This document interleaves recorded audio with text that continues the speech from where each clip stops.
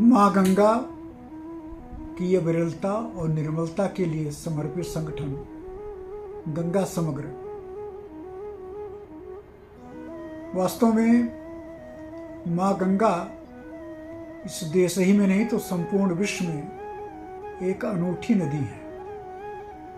किसी नदी की जितनी भी प्रकार से आप मापदंड कर सकते हैं, उस मापदंड में तो एक क्रमांक सर्वश्रेष्ठ है ही।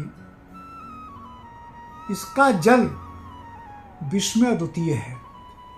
किसी भी और नदी का जल ऐसा नहीं है कि जो सैकड़ों वर्ष आप बोतल बंद कर दीजिए और उसमें कोई गंध न आए। ऐसे पुनीत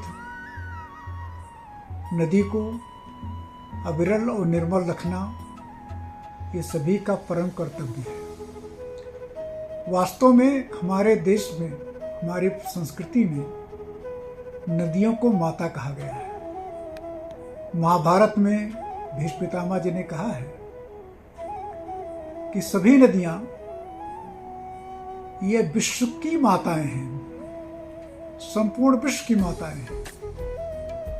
यह जो भारतीय विचार है ये संपूर्ण विश्व को ग्रहण करना चाहिए, क्योंकि आज जो जल का संकट है वो नदियों के माध्यम से ही हम आगे कर सकते हैं। माँ गंगा की अविरलता निर्मलता के बारे में जब विचार करेंगे तो कोई भी नदी केवल दो तटों के बीच में बहने वाला जल नहीं है। माँ गंगोत्री से निकलती हैं, बहुत छोटी धारा रहती है और गंगा सागर में बहुत विशाल धारा हो जाती है। अब ये क्यों कैसे होती है? तो इसमें अनेक धाराएं और मिलती हैं, इसलिए जितनी धाराएं मिलती हैं उन धाराओं को भी हमको अविरल रखना पड़ेगा और उनको भी निर्मल रखना पड़ेगा। जब ये हम विचार लेंगे तो माँ गंगा बहुत बड़े क्षेत्रफल का जल बहकर गंगा जी में ही आता है। लगभग 10,85,000 वर्ग किलोमीटर क्षेत्रफल से जल बहकर गंगा जी में ही आता है। इसमें कुछ क्षेत्र आज विदेश माने जाते हैं, तिब्बत है, नेपाल है, बांग्लादेश है।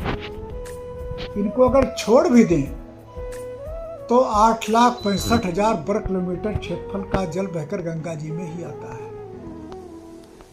अगर जो सरकारी शासन का विभाजन उसका हम विचार करें तो उत्तराखंड, दिल्ली, उत्तर प्रदेश, बिहार, बंगाल, झारखंड, ये तो संपूर्ण।